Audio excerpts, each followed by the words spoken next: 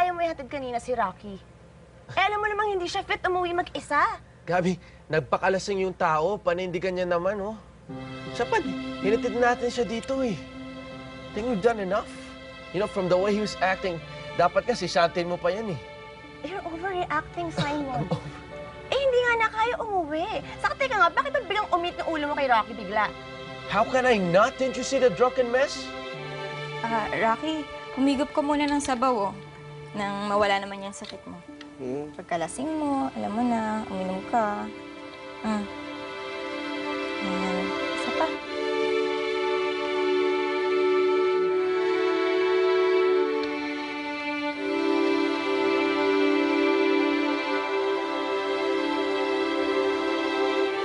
Hindi ka naman dapat nila pinapabayaan ng ganyan ang lagay mo, eh. Look, it's all Monique's fault. Pinainom si Rocky. Alam naman nang hindi sanay yung tao sa mga ganung lugar. Saka iniwan niya mag-isa doon si Rocky nang walang kasama. Buti nang andun tayo. Ano mo, it's Monique's fault. Si Rocky yung lalaki, Gabi. He should be the one responsible, not the other way around. Simon, bakit biglang kinakampihan mo ngayon si Monique? Eh, ba't biglang kinakampihan mo si Rocky? Ha?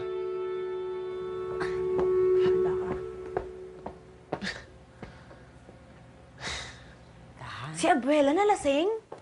Nako, Gabi, lahat kami nalasing. Pati si Jim Rod. Correct. Akalain mo? Pati si Jim Rod? Naman!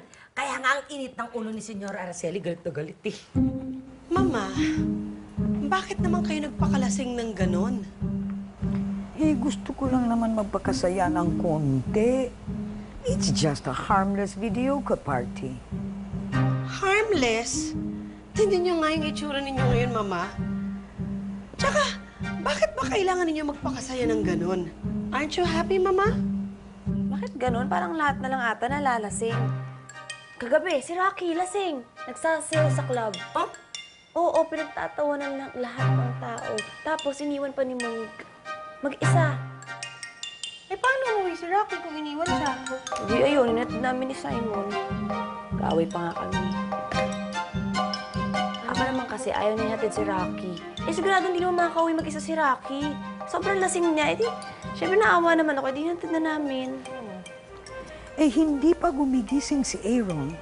Ang mga negosyo natin nalulugi. I'm worried, Araceli. Well, naiintindihan ko. Tama naman na magpakasaya kayo ng ganon, but just don't overdo it. Nakakasama sa kalusugan ninyo, Mama. I promise I won't do it again. Baka naman may problema lang yan si Simon. Kaya parang mainit ang ulo. Parang hindi nga siya si Randy na nakilala ko sa ampunan eh. Nako, ano ba yan? Kakasagot lang yun eh. Away-away na, tambuhan. Hamon na. Ang ganda pa naman ng shoes. You promise? I promise. Okay. Don't worry, Mama. From now on, I'll help you run the business. Okay? Thank you, Araceli. I really appreciate that. Okay. You rest now. Okay. Okay? Try to get some sleep. Okay.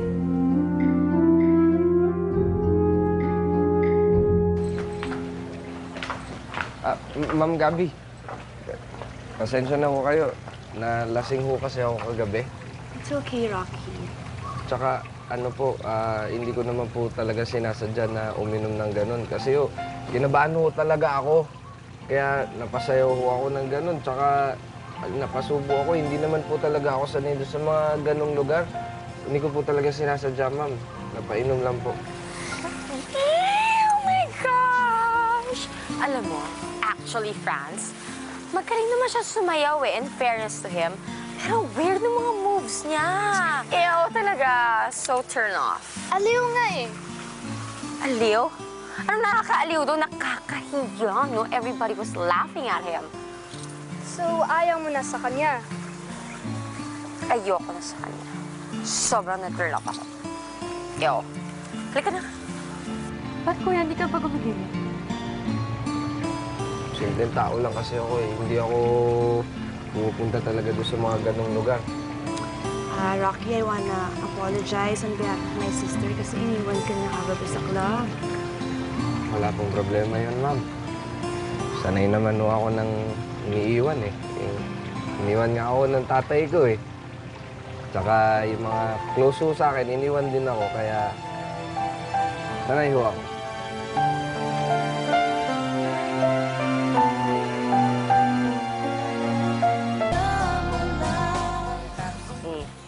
Kung ako sa'yo, kung ano man mapagawa sa inyo, sa'yo, yung mga yan, usayan mo. Kasi baka matalakan ka na naman yan. Alam mo na yan, si Bruja Senior at saka si Bruja Junior. Ano ka ba?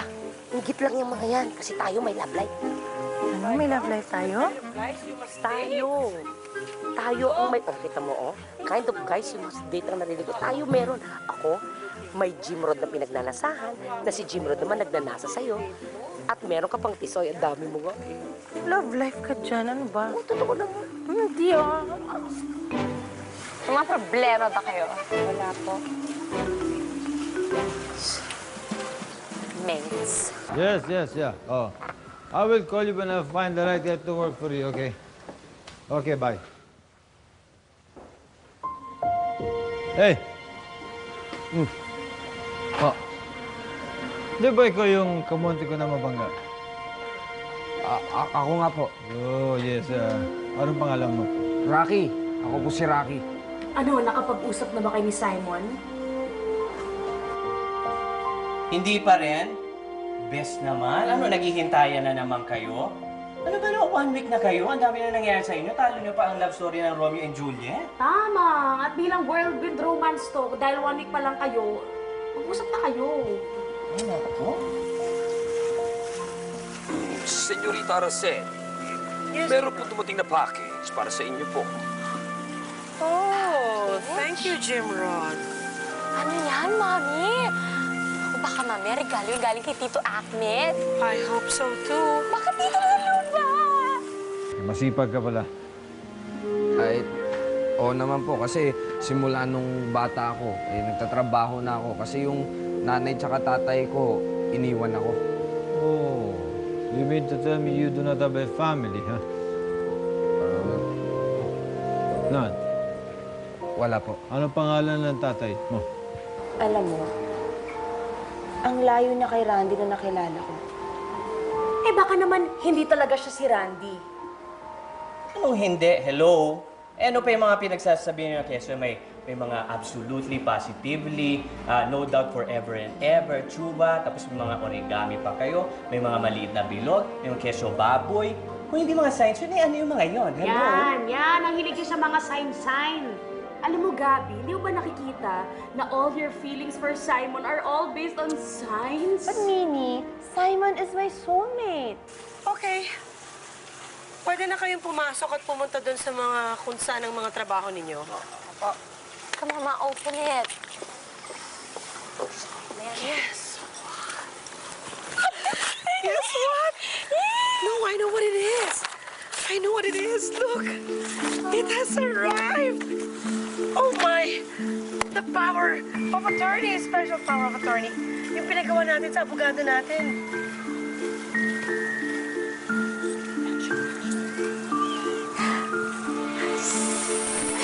It's our movie! Wow! Finally! Meron nung akong tatay-tatayan, si Lolo George po.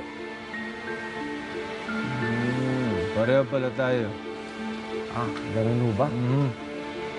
Ako, wala rin ako pamilya. Hindi niyo po sila nakahanap? Hindi. Ang anak ko na babae, I already found her. But my son, hindi ko pa nakita. But Gabi, Randy is your soulmate. Alam mo, ang problema dyan is, Randy already grew up. Ngayon, siya na si Simon. Why don't you just let go of the Randy of the past and accept Simon for who he is? Ano ba kasing point mo? My point is, Simon is a stranger. Hindi natin alam kung anong past niya kasi hindi niya kinikwento at ayaw niyang ipaalam. Ano ba ibig mo sabihin, Nini? I have something for you. Naku, para saan ho yan? Take this. That is a tip.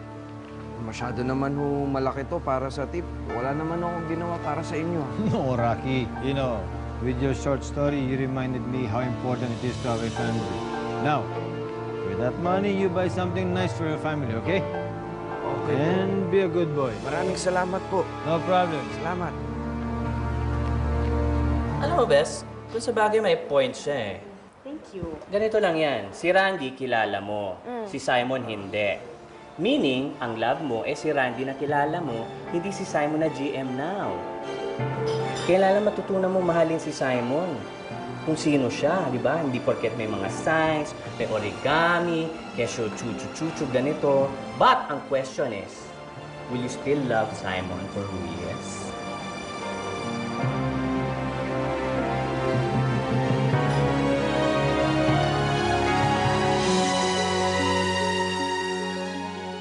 Ngayong Lunes sa My Driver, Sweet Lover, maraming problems ang ating prinsesa. Now we have the keys to the Nuevo Empire. I'm sure Gabby won't like it. I have something to say. Yeah? I'm breaking up with you. At ang solusyon niya, mag-R&R. Doon lang ako sa kabilang resort sa White Peak. Hindi magpasama ka na kay Rocky. Nakakagulo lang yung tao yun. Bakit nakakagulo to si Rocky? Eh, basta nakakagulo si Rocky. Parang feeling ko, parang may feelings ka kay Rocky.